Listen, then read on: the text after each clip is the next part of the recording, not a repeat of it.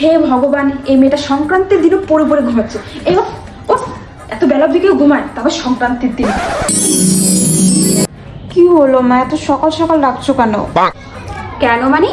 কালকে রাতে তো তোকে বলেছিলাম সকালে উঠবি, স্নান করবি, ভুলে গেছিস? মনে বা থাকবে কি করে, সারাক্ষণ তো মোবাইলটা দেখিস। এত সকালে স্নান করতে হবে? এখনই এই সকালে স্নানটা করতে হবে। আমি যাই, আমাকে স্নানটা করতে হবে। এসে যাতে দেখি বিছানা গোছানো থাকে। উঠছি উঠছি। 2,000 years later. যাক বাবা, স্নানটা তো হয়েই গেল, এখন খালি গিয়ে পুজোটা দিয়ে দিই। তার আগে গিয়ে দেখা সে মেয়েটা উঠলো কিনা।